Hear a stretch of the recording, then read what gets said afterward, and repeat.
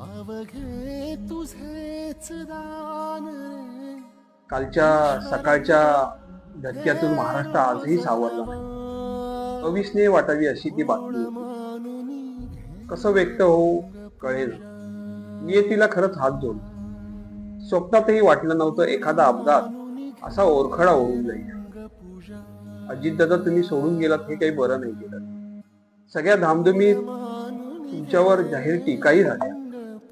तुम्ही तर त्या विनोद हसत हसत त्या झेलल्याच.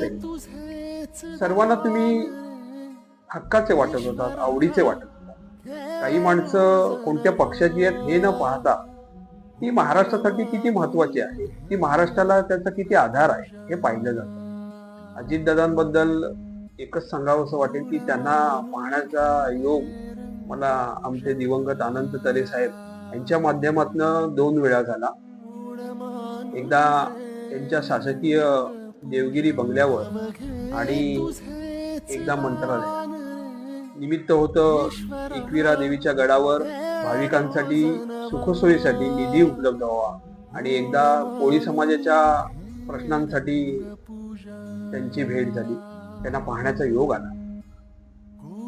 आज अजितदादा गेल्यानंतर त्या दोन्ही आठवणी जाग्या झाल्या. दादा गेल्यामुळे हजारो कार्यकर्ते त्यांच्या पंखाखाली असलेले एकदम पोरके झाले. मला तर कालच्या क्षणापासून आमचे दिवंगत अनंत तरे साहेब यांची आठवण आली. कारण ते गेल्यानंतर आम्ही देखील असेच पोरके झालो. किती दुःख होतं कार्यकर्त्यांना जेव्हा आपल्या घरातील व्यक्ती गमावल्याचं दुःख होतं. आणि हा धक्का पचवणे खरंच कठीण असेल.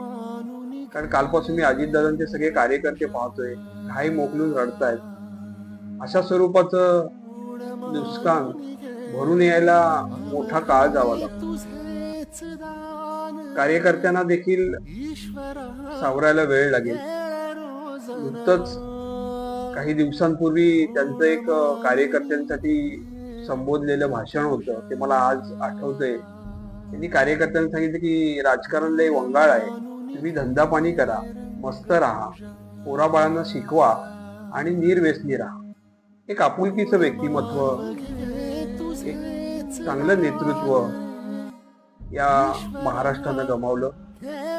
दादा, तुम्ही महाराष्ट्राला हसवत हसवत रडून गेलात.